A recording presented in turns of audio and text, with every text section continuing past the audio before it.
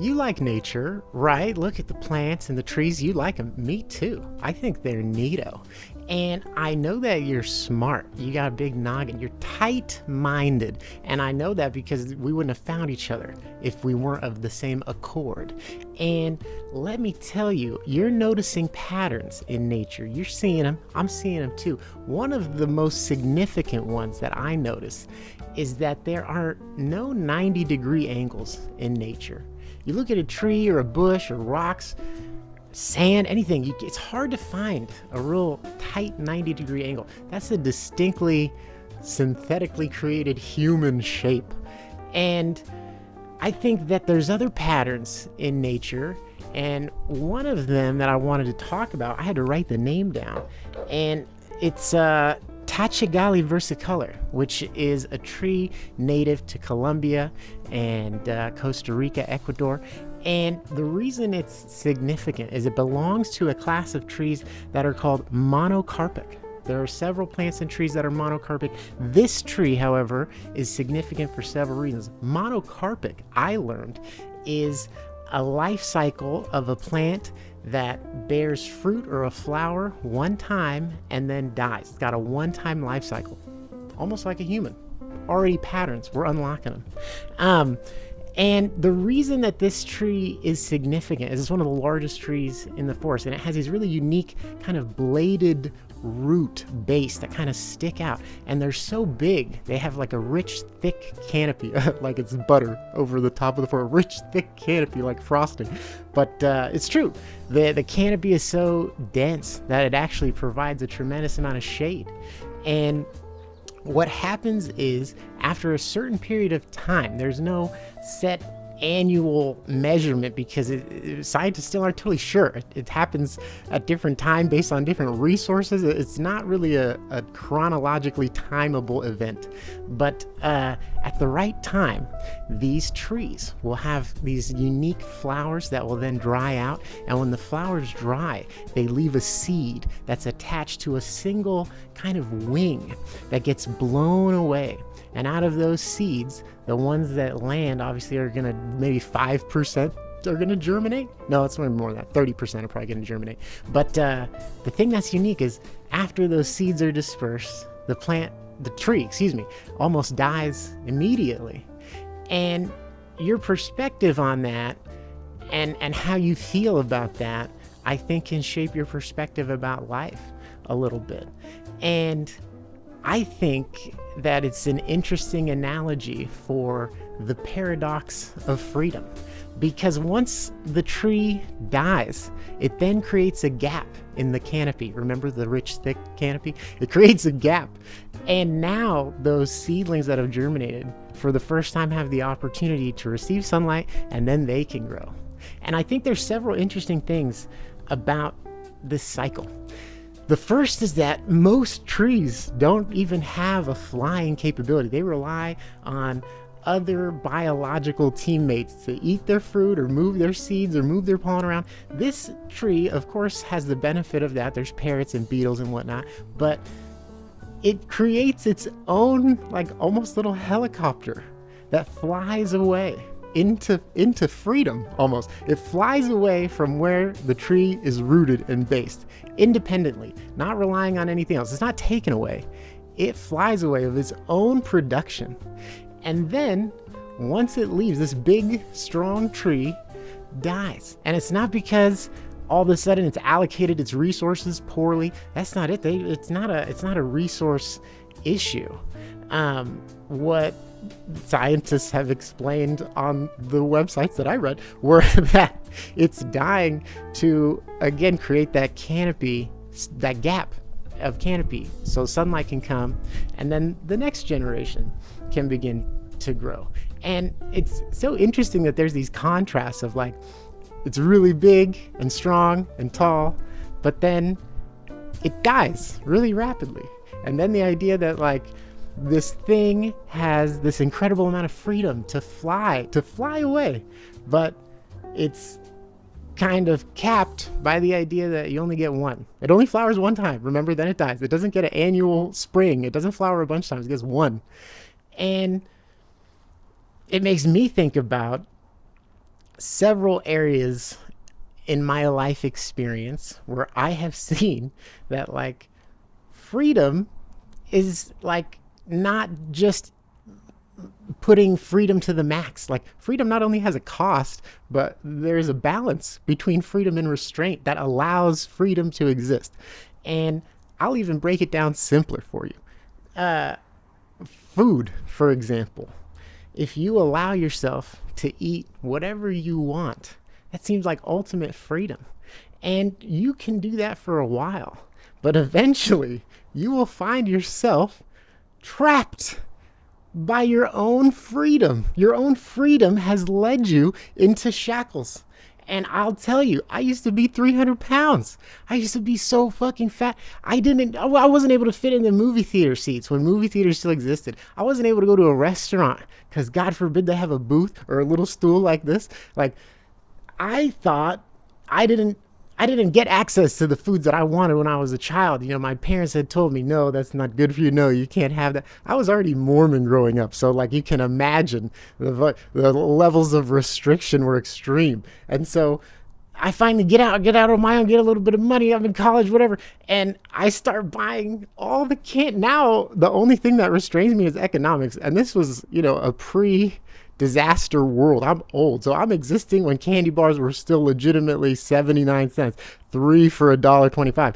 And so I'm eating them up and I'm thinking I'm free. Nobody can tell me what to do. Look at me, free as a bird. Look at me going. And then all of a sudden, oh God, I'm not free at all. I'm trapped. And now I got this food addiction and I'm so fucking fat. And my whole entire life becomes entangled in my sprint towards freedom. And what a fucking paradox that is. And here, I'll hit you with another one even.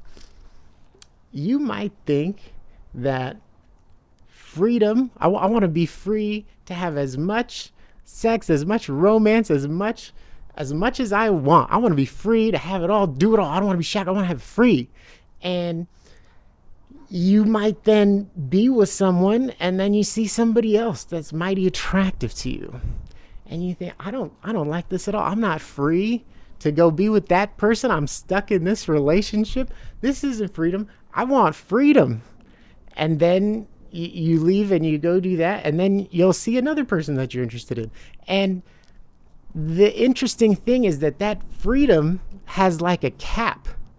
And if you're able to have restraint and say like, hey, I'm going to give up some of this other freedom with all these other people. I'm going to give that up. I'm going to have some restraint. And the idea is you are also going to match that restraint. And then we will have access to like a new level of trust, which is a new kind of freedom that's more powerful and has a higher cost and a higher responsibility. That's why you have to give up level 1 freedom to then gain level 2 freedom. And what a fucking paradox that is. You're telling me that to have more experiences, to be freer in life, I have to be more restrained?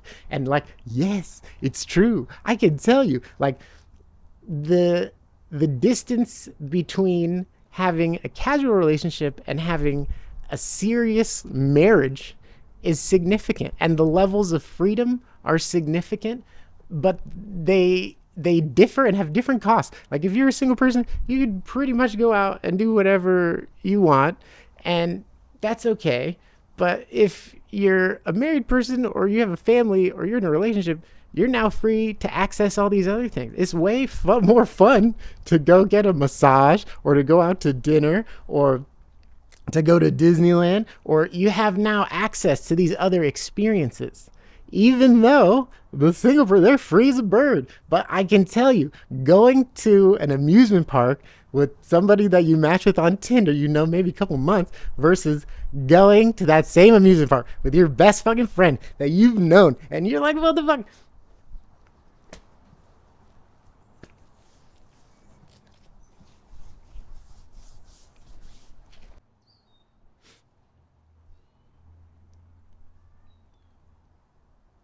So, if you're looking for freedom in your life, understand that it's a trap to just continuously chase endless freedom, and that authentic, true freedom is expensive and has a cost and may paradoxically require you to give up some freedom to increase the amount of restraint to have more freedom. And I mean, the examples are endless. You may have or may not have known someone that has a lack of restraint. You know what I mean? Isn't able to control their emotions. They let their emotions and their words and their thoughts just flow freely like a river. And sometimes the things that people say and think are not are not so good to share with the people around you. And like, I can only imagine the amount of people that are in prison right now that, you know, they don't get to make a video out here. They're in prison. You know why? Because they were free to just run their mouth and say all kinds of things and free to do whatever they wanted, instead of having some restraint and saying like, you know what, I'm gonna turn my music down in this neighborhood. No need to stress out these residents. I'm just gonna pass on through here. Like, an additional level of irony is that freedom and restraint and a lack of my understanding of it is a little bit of why I'm here. You might think, is this the appropriate place to post this content? Is this supposed to be here? And I don't know. I hope so. I'm gonna say yes because I put it here, but I got banned from, you know, trees and from TikTok, and so I could be upset about that and say like, oh, this is unfair, look at all the other things that they allow. Or I could recognize that I can't hate the game, I gotta be a better player. And my lack of understanding of what is nobody else's responsibility. So just because I, in my brain, think this is some fuck shit, this is a bullshit, look at all this, like, that doesn't really matter. So my freedom, that ends, and my responsibility to myself to say, well, I have to pull my freedom in. I guess I can't just say whatever I want to whoever I want all the time. I have to have some restraint, and I have to say things and conduct my internet self with some restraint, apparently, if I ever want anyone to buy any of my hoodies. Speaking of that, you want to support the show, check out a hoodie. Or, you know, if you know anybody, any mods over at Trees, that would be, you put in a good word, that'd be super smooth. And I mean, here's the thing, it's a blessing in disguise, right? Because without that ban, I wouldn't even be here with you. And thank God I found you, bro. Because like, you know how I'm gonna make a whole nother video about how long it took me, how hard it was for me to get here. But the thing about it is that like, there's like a dozen of you or so that legitimately message me and say, hey Andrew, I really like your videos, keep going. And you guys are the ones that really, when I think like, this is some fuck shit, dog, oh my god, I think like, oh man, you told them you would post a video today, you gotta put it up. And so again, pattern of freedom and responsibility. Like, there is a give and take. You're free to watch anyone you want on the internet. You can give your attention to whoever you want. But if you give it to me, I got a responsibility, man. I got to make good content. I got to post. That's my responsibility for your attention.